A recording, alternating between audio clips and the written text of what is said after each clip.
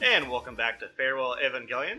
We're doing a very special episode today. My name is Keith. I'm going through for my last time, and I'm joined by Peter. Hello! Going through for his first. So we didn't end up doing an Evangelion episode today, or we'll be starting the Rebuild series pretty soon. But I thought now would be a good time to go over the lore, because between the end of Evangelion to the start of the Rebuild series, there was a significant gap. So we're going to cover the lore up to before Rebuild, essentially. Fair enough. Make sure we're all fully solid on what happened. Maybe talk about some stuff I haven't had a chance to pick up yet. Exactly. So we normally talk about our predictions, and I gotta say, 100% so far. I'm doing good. We know I did it. Yeah. For some reason, when I make predictions of the episode, I'd say I have a batting average of like 80%. When you make a prediction of we're not doing an episode of Boat Evangelion, we're doing an episode of Boat the Lore, smack on the money 100% of the time so far.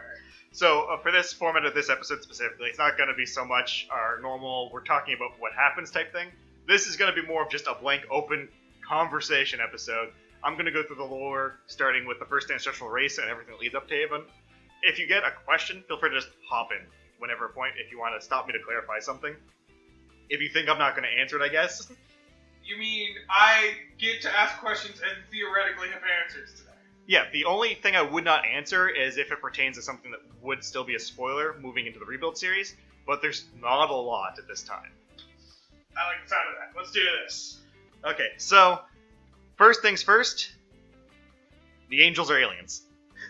You can't... We can't just start off with that, because the whole fucking thing we repeatedly confirmed over the series is they're not technically aliens, and now they're aliens. Oh no, humans are aliens.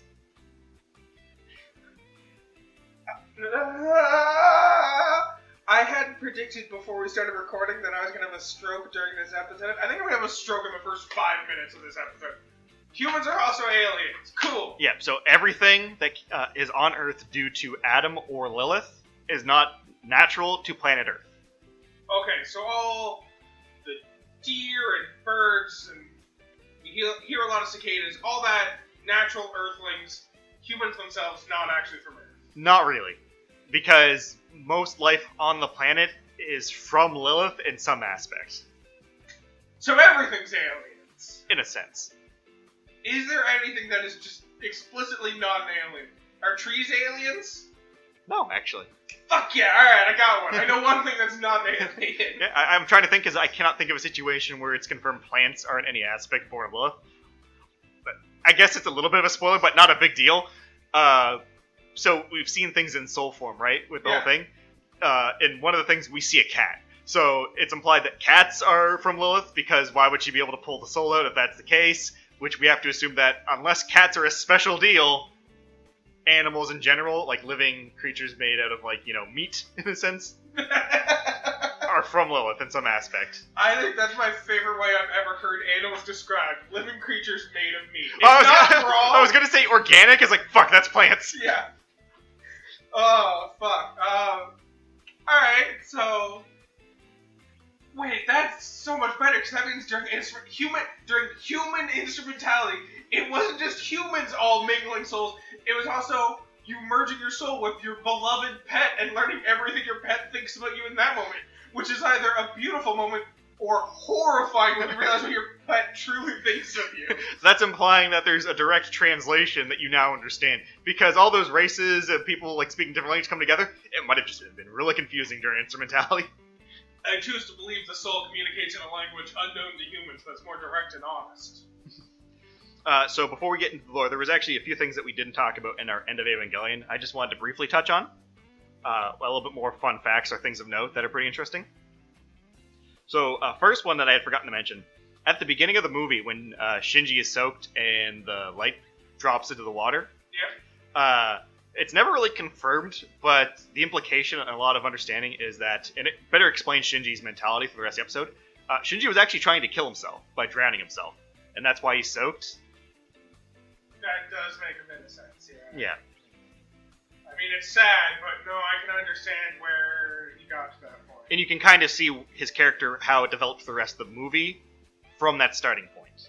Yeah, he doesn't resist when people pull a gun on him and say it's nothing personal, because he wants to be dead at this point. Yeah, Shinji wants to die, he just won't can't do it himself, He essentially. doesn't have the heart to do it to himself. Another interesting thing we didn't really talk about is the song Come Sweet Death, Calm Sister Todd. I have listened to that song probably a dozen times since we watched End of Evangelion, because it's just, every once in a while it'll pop into my head and I'll just have to fucking listen to this song to get the earworm out of me. Watching the movie, I thought, oh, this is a neat song. Did not think it would be then buried into my subconscious. Yeah, and I believe I mentioned that each part of the series kind of has its own songs heavily associated with it, and that's the End of Evangelion song. Like, there's other music in it, but that is the End of Evangelion song. Yeah. The lyrics itself also have a lot of interesting aspects to the series, and all the people mention it kind of sounds like it's a breakup song, which I guess is kind of fitting that it plays when Asuka, the last person, rejects Shinji. So you can say it's a breakup between their relationship, or even like Shinji breaking up with the world because of what he does next. It's Shinji breaking up with humanity and realizing he doesn't want other humans to exist in their original capacity. Exactly. And the song it does kind of like the Evangelion vibe to itself, where it's a very upbeat, poppy song, but when you listen to the lyrics, it's also kind of like, that's kind of depressing. Kinda. Yeah, sure. And then finally, the last thing I want to mention, which I don't believe I did mention during the episode, but the final scene of Ethereal Ray, framing-wise, is the exact same as the first time we see her. So in episode 1 of the anime, when we see the ethereal version of Ray... Yeah, the flash of her while Shinji's waiting for Misato. Yeah, if you overlay the frames of the screen, Ray's in the exact same position on both. Huh. I mean, that's neat, but I don't know what to take away from that. It's kind of... now this I did mention, the aspect that Ray is not bound by time in a sense. Or the Lilith is probably the best way to put it, where this is the spirit projection of her. And just like when she turned everyone to LCL, it's the implication that, and this is how I took it, you can take it a different way, but the Ray we saw at the beginning is the Ray from the end. It's the same Ray we're seeing at both points. It's at this, sometime before she actually dies, her spirit projection is going around all the times and seeing all of them. Well, the idea that even after Lilith has died, this ethereal being's still there watching Shinji at the end, because at the point at the end scene of End of Evangelion, Lilith is gone, but the ethereal Ray is still there. Yeah. So I think the implication is through instrumentality and everything that happened, the ethereal Ray version came into existence and was immediately everywhere. Okay. I can feel the stroke coming. I can feel it coming. This is one of the things that it's not a answer thing, right? It's just, it's one of those things you're supposed to find yourself. Ano does very much like giving us everything but the answer and having people come to their own conclusions. He does answer things that are crucial to the story, but there are things that, you have to find your answer. Yeah, it's what you take away from it. And that's what I took away from this, is whatever instrumentality was, it kind of put her into... Because you have to remember, Lilith became God for a bit, and the physical body was destroyed, but we also know that the souls don't fully disappear when they die, because that's how Misato, Kaji, Ritsuko, and all them came back through instrumentality. Yeah. Presumably Buddy, who was stabbed in the heart while facing the wrong way while guarding the door. Yeah. So, that's what I took away from it, but it might be wrong, it might be right, who knows. No way to know for sure. Yeah. So, with that, we'll get into the lore leading up to the beginning. Yep. So, we all start thousands upon billions of years ago. What a perfect spot to start. With the first ancestral race. So, this is presumably the race that both Adam and Lilith come from? In a sense. So, this is a very advanced race, long in the past, who were going into decline. So, we don't know the details on what this race was specifically, or what was causing their decline. We only know that the race was going extinct. So, to prevent life from vanishing from the universe, they create these things called the Seeds of Life. These are the moons, the black moons and the white moons. Just to clarify, so the Black Moon is the one that was under Tokyo 3 that got risen up at the start of Instrumentality with the third impact. Is the White Moon just the one that orbits around Earth? Is that just the White Moon? Okay. Is the White Moon, was it underneath Antarctica, and is it... I think you mean, is it underneath Antarctica, which is yes. Okay, so it's still underneath it. Wasn't released as a part of the second impact. Yeah, so through their plan, they sent through the galaxy these moons. So there's more of them than just the two. So as you mentioned, the black moons had the seeds of knowledge, and the white moons had the seeds of life. And they were meant to go out, land on planets, and populate those planets. Whether that was supposed to be life in the mere form of the first ancestral race, or just new life, is never really confirmed. As we know, the seeds of life had the ability to manipulate their AT fields, which allowed them to take whatever shape they wanted. Whereas the people in the black moons didn't really seem to be able to control what their shape was. They seem to go through natural evolution, but they have the power of being able to innovate and conceptualize themselves in a sense. Yes.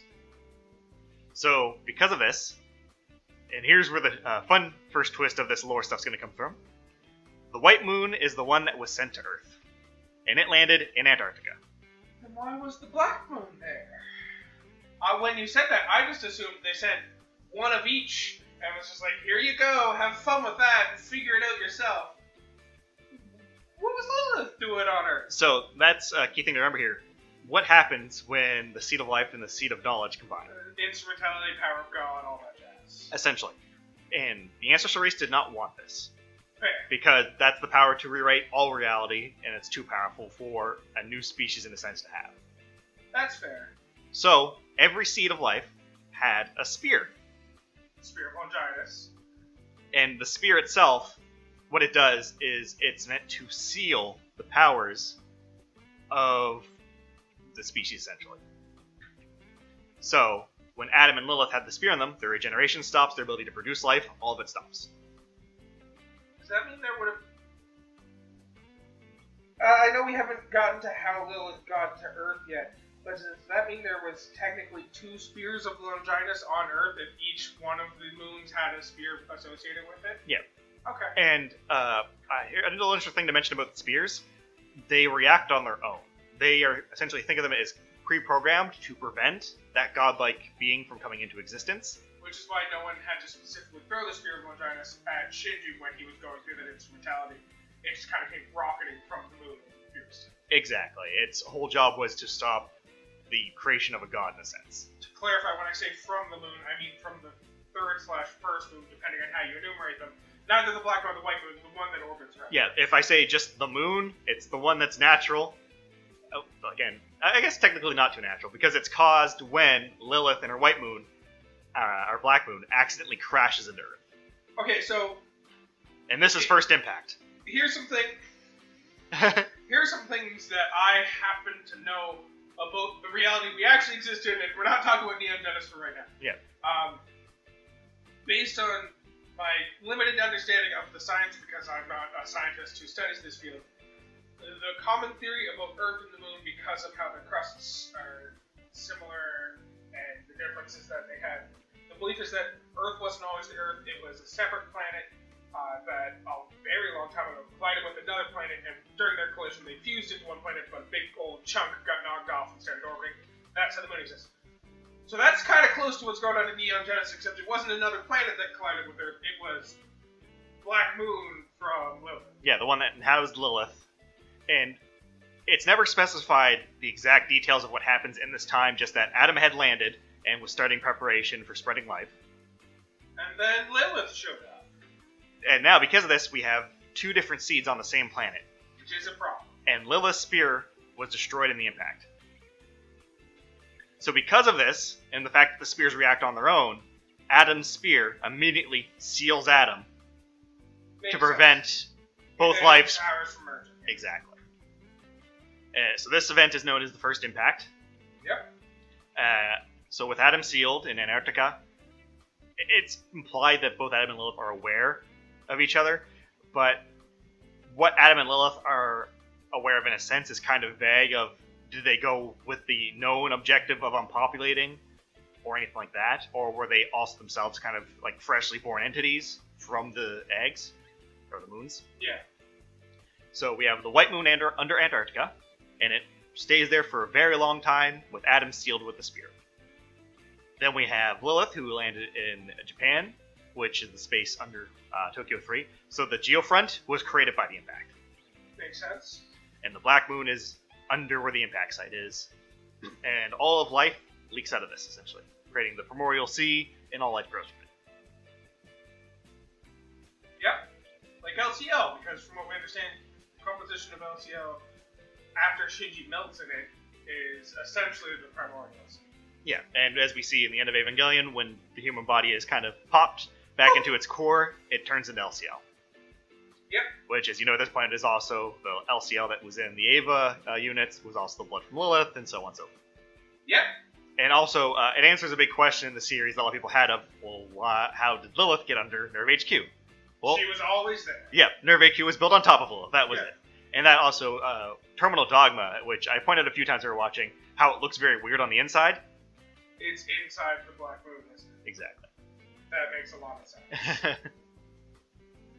It's still super fucking weird, but it makes more sense. Yeah. So, to talk about the Spirit of Longinus just a little bit more, based a prediction of mine, but not even a prediction, it feels weird to call it a prediction. Would I be correct in assuming that the cause of the second impact was removing the Spirit of Longinus from Adam? Yes and no. Yes and no, okay. So it did play a part. It wasn't the only thing that affected it. But we haven't gotten to that point yet because we have to talk about the forming of another important thing, Seele. How far back does Seele go? So the exact time in which Seele existed from is not specifically known. They've existed for a very long time and have been kind of slowly running things in the background for a long time. The only time we can confirm that Seele had to exist before was the finding of the Dead Sea Scrolls. So, an interesting thing, Seele always knew about what was later deemed the Human Instrumentality Project. Okay. They were always aware of that. Yeah. Doesn't Seele mean like soul in German or something like Yeah. that? So that explains. It was always their plan to have something like that happen. Soul Goo. Exactly. Okay, yeah, that makes sense. We know that they had to exist earlier than the Dead Sea Scrolls finding, and the said Dead Sea Scrolls that were released to the public were not the real Dead Sea Scrolls. So what I understand roughly based on the lore of the show of the Dead Sea Scrolls, were they like just random etchings that were inside the moons or something? Like, do we know more about the Dead Sea Scrolls? Unfortunately, they never answer how the Dead Sea Scrolls came into existence, just that they predict a lot of things, which implies some sort of etherealness to them, I guess, because they predict almost everything, including the first angel appearing in 2015, to every angel that will appear in order. So when Gendo tried to, an angel never appeared, they knew an angel appeared, because they had the Dead Sea Scrolls. Yeah, and they had the Dead Sea Scrolls, which didn't just say this many angels will appear. They knew specifically when the angels would appear and presumably what form they would take on. So they knew that it was an angel attack, not a hack or something. Exactly. So, to answer a question you had earlier in the series, when Nerve lost power when an angel attacked, you said, did they send the angel? No, they didn't send the angel, but they knew it was coming, so they did the damage to Nerve at that point. That makes sense, yeah. Okay. And if you'll notice, the method in which they attacked at that point, when the angel came in, was the same they used at the end of Evangelion to infiltrate Nerve. Yeah. So, it wasn't so much that people were using angels, I guess aside from Karu, they knew exactly when it was going to happen, so they were able to plan around it a lot more effective. In theory, they were using angels the same way some, like, manipulative hedge fund manager uses hurricanes when he has very accurate planning things to, like, short markets and shit like that. Like, they knew something was going to happen, and they took advantage of the knowledge without actually having direct control over the thing that was going to happen. That's a good way to put it. Alright.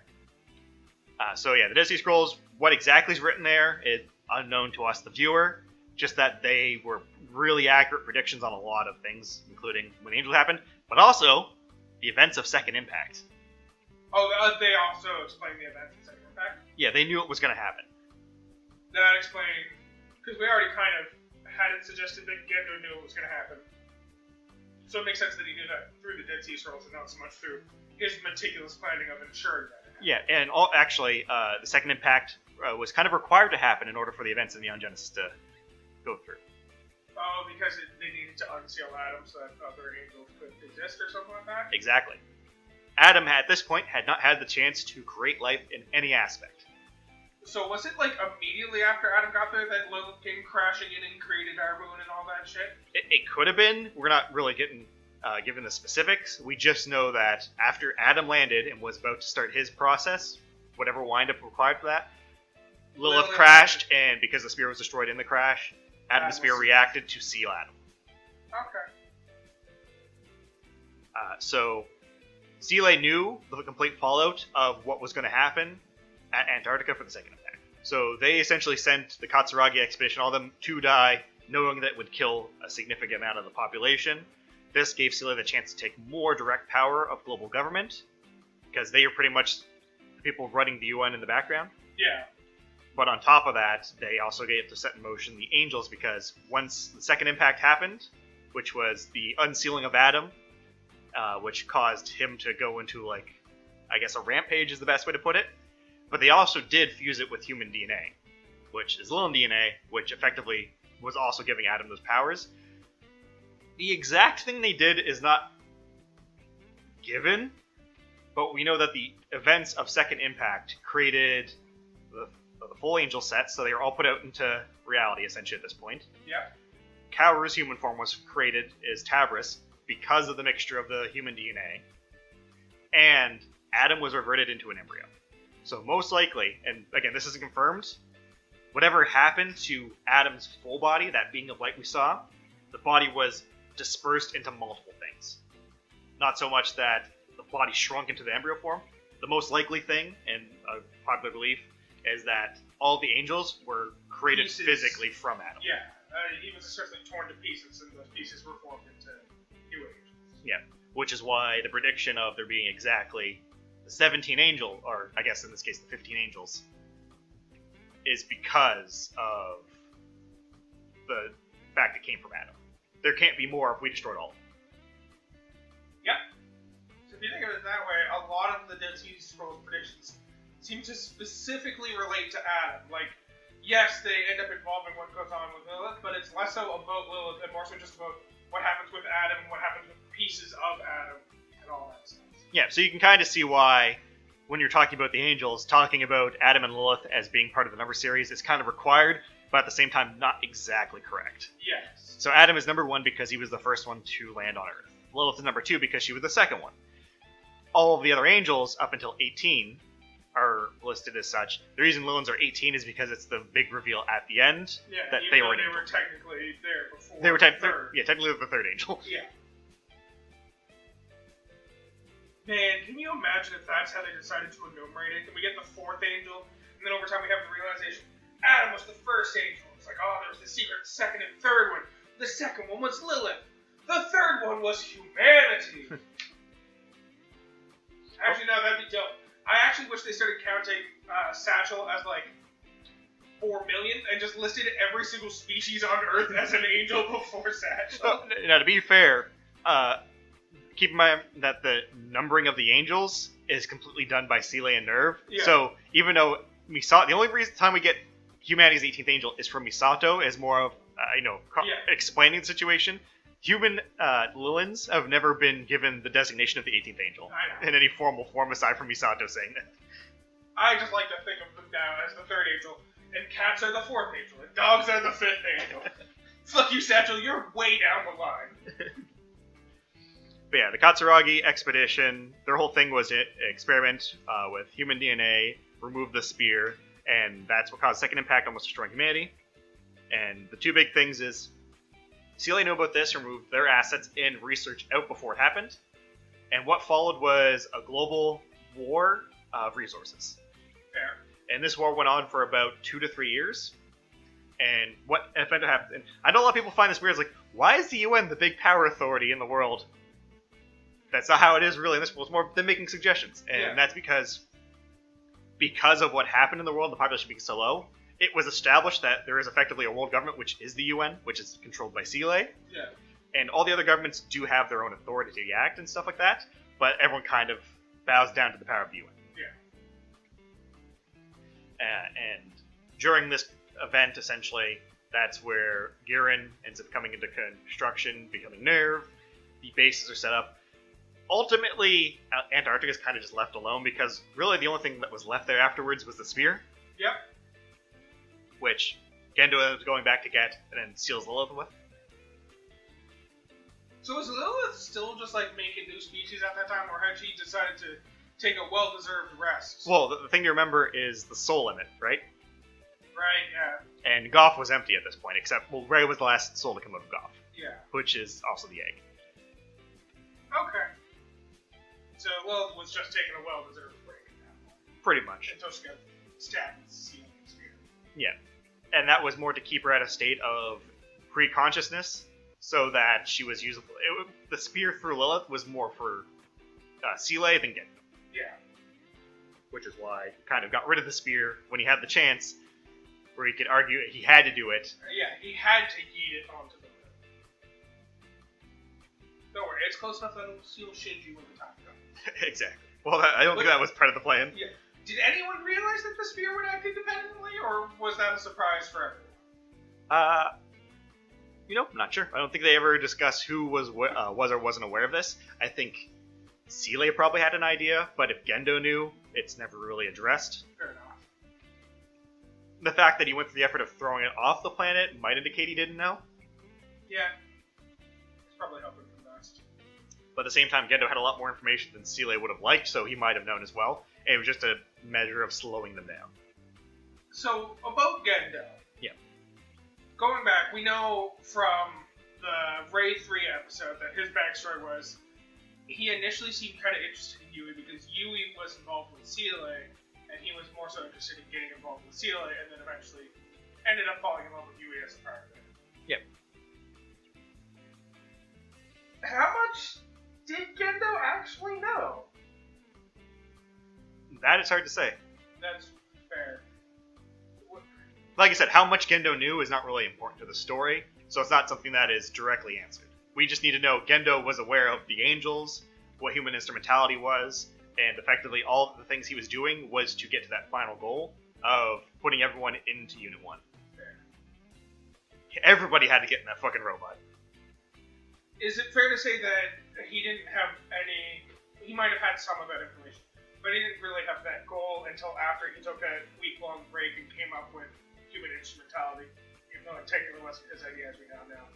Yeah. So, would it be fair to assume that his initial interest in joining Seele was just because he perhaps had more awareness than others and realized Seele was kind of controlling things from the background and wanted to have access to that level of power? I think that's very much an implication that he was very smart and had a thirst for power in a sense, and that's what drew him to Seele through Yui, came to fall in love with Yui, and I do think that he might have had ideas based on the work he was doing of the possibility of what instrumentality was, especially where he was involved with Second Impact. Yeah. I think he was very much aware of what could be done, but the actual predictions of the Dead Sea Scrolls, I suspect he didn't know those ones. Yeah. And more of when Yui died, he's like, I need to do this. Yeah. To get Yui back.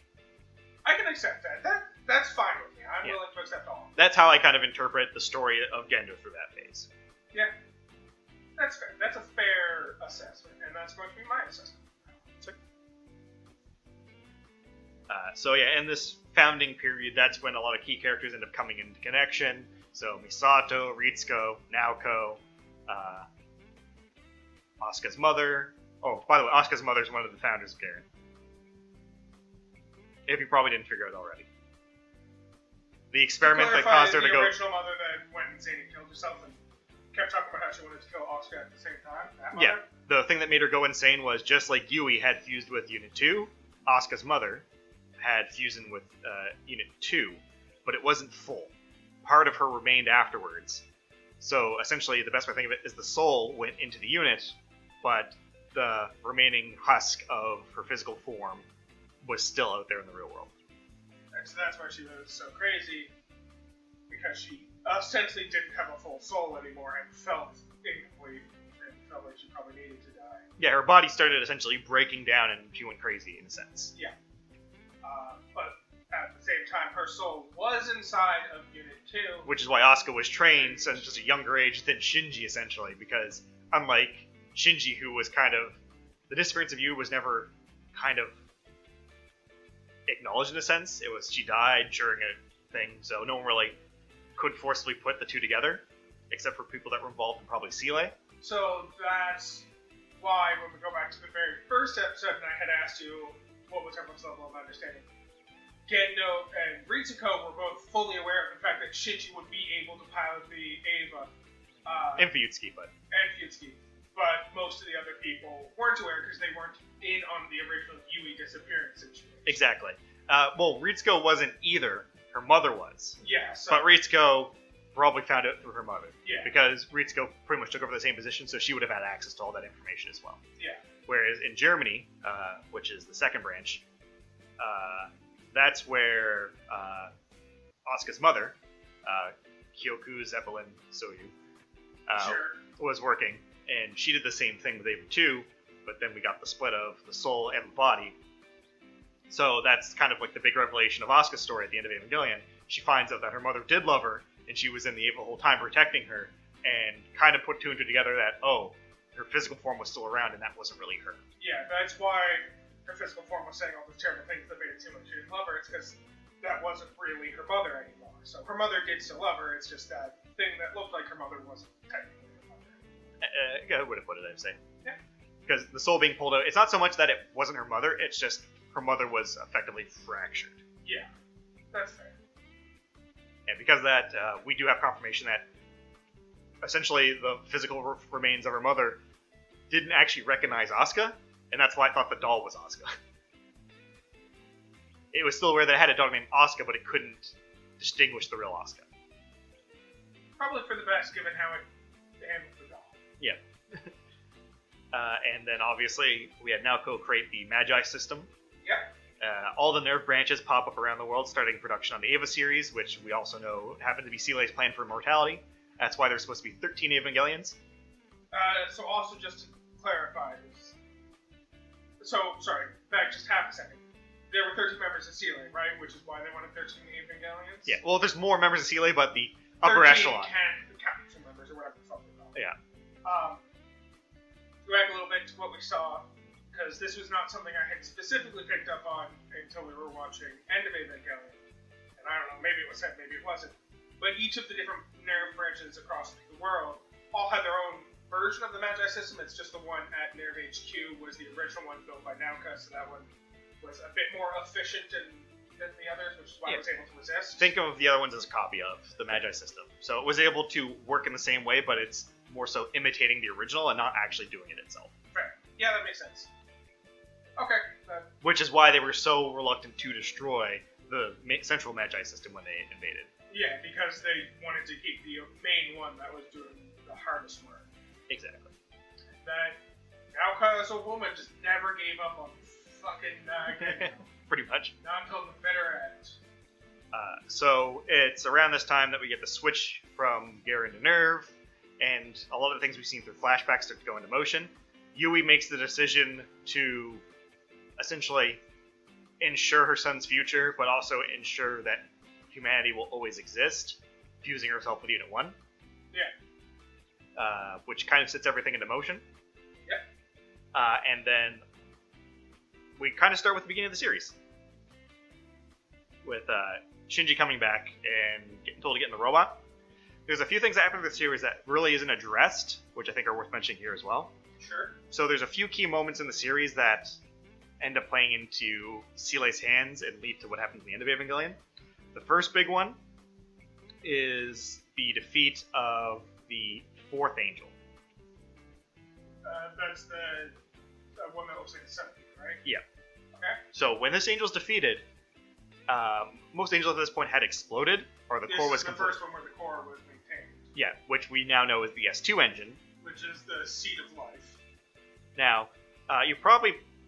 You could have put this together, I don't know if you did, but with the Spear of Longinus, they were able to create replica Spear of Longinuses. Yeah. With that S2 drive, they were now able to create replica S2 drives. So because of that angel not being destroyed, they were able to make replica drives, and that's why the mass production Evangelions were so powerful. Because they had their own replica S2 drives, which is why they were able to regenerate after being destroyed by Unit 2. Yeah, and if you remember correctly as well, the destruction of the Nevada base was them testing the S2 drive. I do. That's what happened to Unit 4 or 5? One of them? Evangelion 4 was destroyed and 3 was sent to Nerve. 3 was HQ. sent to Nerve, yes. Okay. And that was them testing out an S2 drive. And then 5 through 13 are the mass productions. Okay. So they just, like, kill off 4 members of the council because now they only have 9 for the... Well, it's mentioned briefly before you know exactly what Sealay's trying to do, but they are trying to capture Unit 1 and 2. Right. They don't want to destroy them, they want to capture them because they also want to use them. And they make the decision to destroy Unit 2 when they realize they won't be able to actually successfully stop it. Yeah. Okay. And then instrumentality kind of starts when Unit 1 shows up, and they kind of just roll with it. Yeah. Like, alright, this is our chance. Rock, paper, scissors for who gets to go in the 9 that we have. Okay. Yeah, no, I can get that. I can get behind that. Yeah, so that's ultimately kind of the full background lore of what was going on with Neon Genesis, with where Angels came from, and everything kind of led to instrumentality, starting with the third impact. Oh, one thing I should actually mention that I briefly guess I went over. Nerve was not aware of the existence of Karu Nagisa. So the implication is that Sealay moved in early and specifically removed him, and it looks like they also removed the embryo of Adam, which Kaji later gets his hands on and brings to Gendo. But Kaoru was an unknown piece of the plan to Gendo. So... That's why he didn't immediately know, oh, Kaoru's an angel, let's just kill it now, right? Kaoru was one of the things that was left over in Antarctica after the events, so that's why that's his birthday.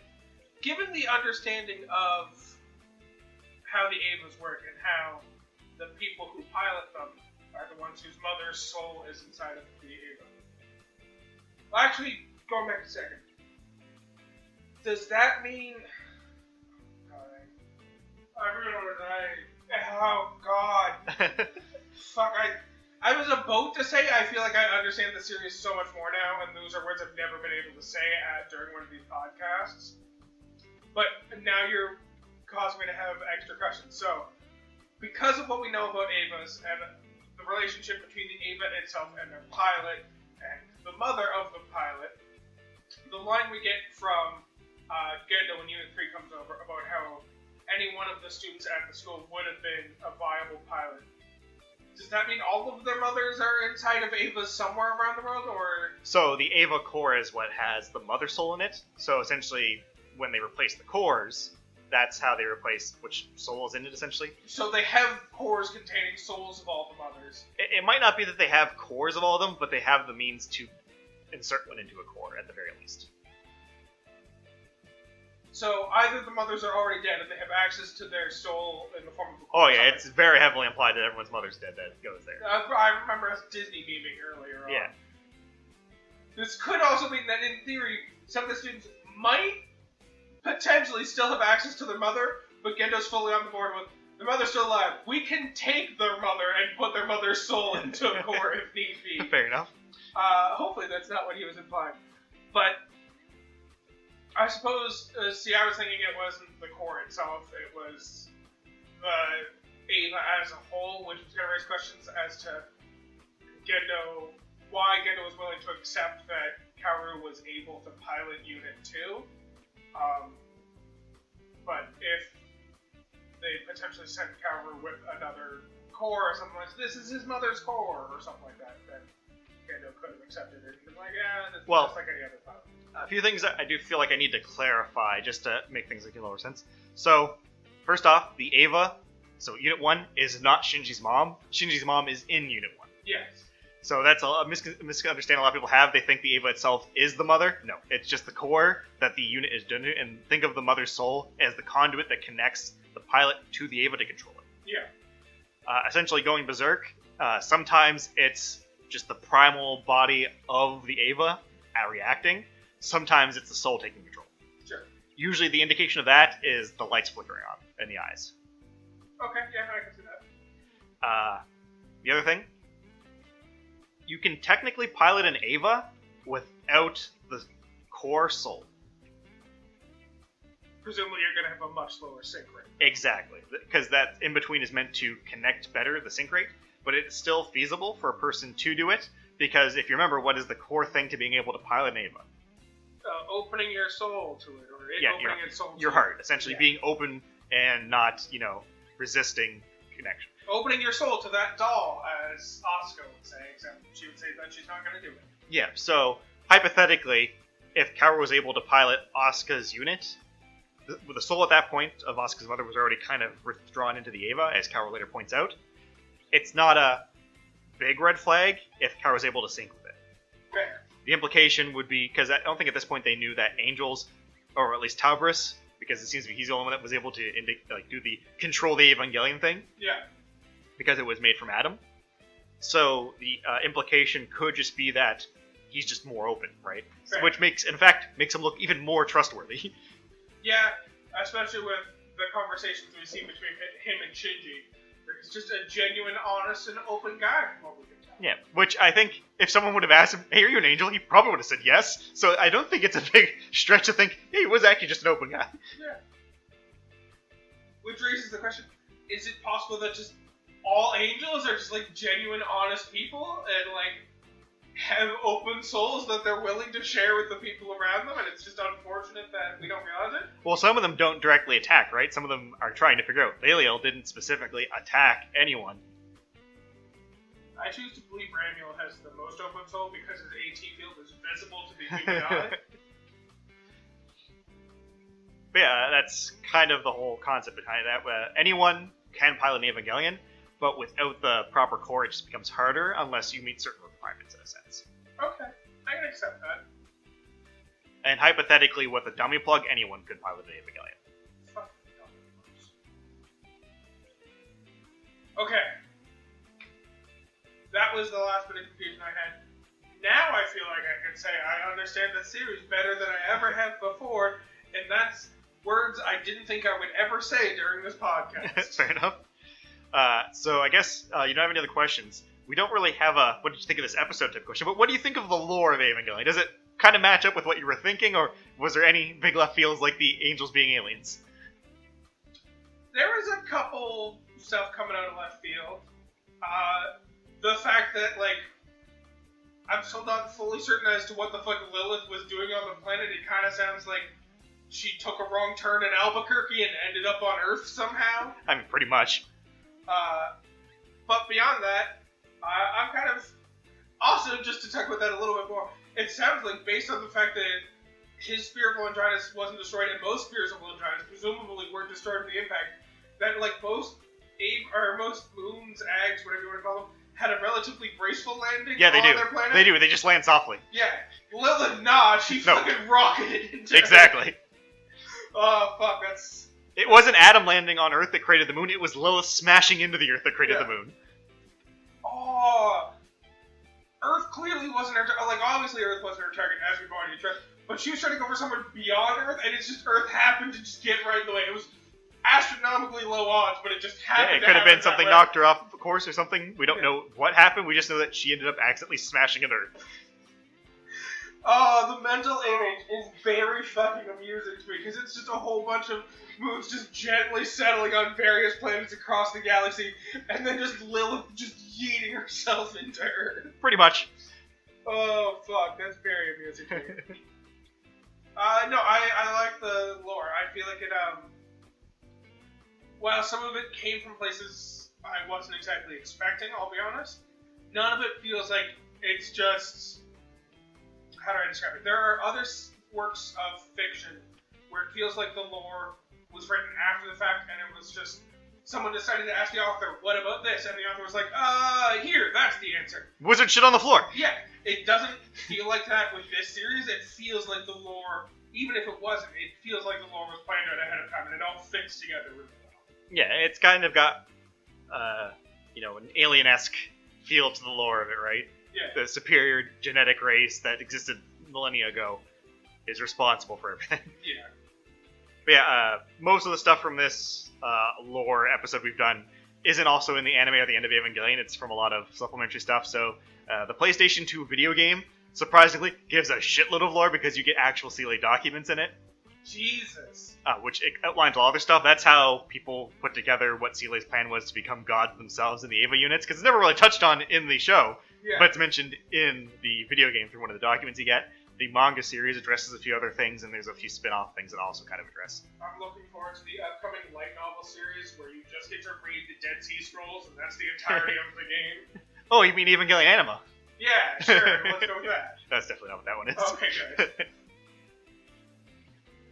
Well, with that, I think it's time to end up this episode. So, if you would like to reach out to us, you can always find us at whatismypodcastabout@gmail.com. You can send any questions or comments there.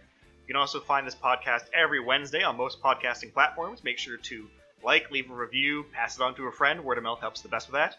We also have a YouTube channel that we update the episodes as well on the same day. If you can subscribe to that or also, leave a like, comment, also very helpful. We also have our Instagram page, which we update pretty much on a daily basis now, where we give fun facts and information about the series as we go through it. And it's up to date where the podcast is, so no spoilers if you're following along. And we also do our weekend polls, which usually, for the most recent period, has been angels fighting each other. But this weekend, last weekend, as of listening to this, would have been, did you like End of Evangelion? I'm pretty sure that will be a polarizing one. And then we'll go back to the angel fights. Yeah, we'll cause the audience to fight for a little bit before going back to having angel fights. Exactly. And with that, make sure to tune in next time. And Peter, actually no, I'm going to do it again, because I get 2 episodes before we get a rebuild. So make sure to tune into the next episode of Farewell and Evangelion, where we're going to go over the big span of things that were inspired or created through Neon Genesis Evangelion and its effect on anime. Yay! And there'll be plenty of fan service definitely with this next one. It's another week before I get to watch Rebuild. Yep.